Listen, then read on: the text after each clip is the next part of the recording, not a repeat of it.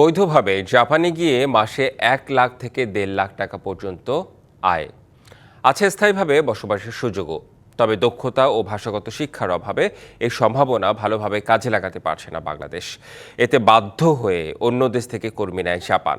বিপুল সম্ভাবনাময় এই শ্রমবাজারটিতে দক্ষ কর্মী পাঠানো বড় চ্যালেঞ্জও বটে।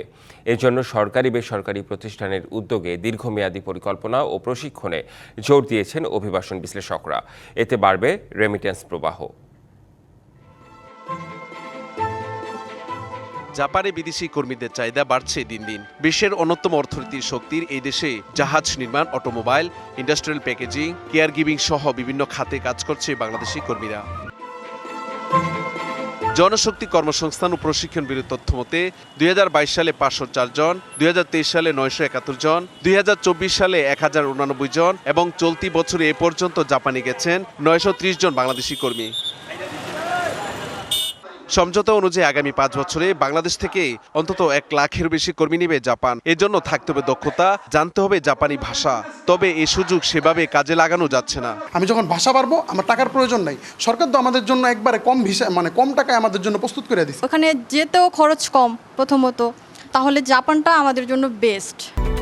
Japan Bangladesh joint venture company JBS holdings limited.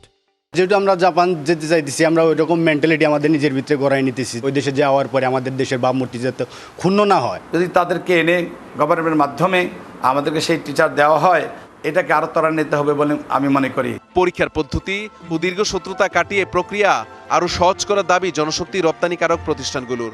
সার্ভারের সমস্যা, আমাদের স্টুডেন্টরা তাদের রেজিস্ট্রেশনটা করতে পারেন না। দুই দেশের সরকার যদি মনে করেন যে জেএলপিটি এবং জেএফটি পরীক্ষাটি যে সার্ভারের মাধ্যমে হয়ে থাকে, সেই সার্ভারটা যদি বাংলাদেশ সরকার কর্তৃক নিয়ন্ত্রিত হয়, তাহলে আমাদের স্টুডেন্টরা বেশি সংখ্যক পরীক্ষায় অংশগ্রহণ করতে পারবে এবং এখান থেকে বেশি স্কিল স্টুডেন্ট তৈরি হবে। আর অভিবাসন খাত সংশ্লিষ্টরা বলছেন, জাপানে বৈধভাবে কর্মী পাঠাতে সরকারি বেসরকারিভাবে কাজ করতে হবে। তো সেইটার জন্য একটা উদ্যোগ সরকারের গ্রহণ করা উচিত।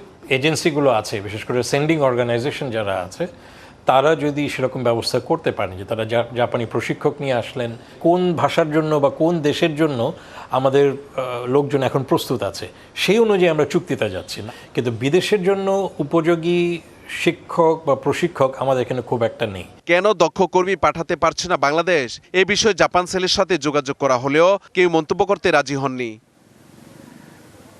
Mahmudul Hasan Nazim, DBC news, Dhaka.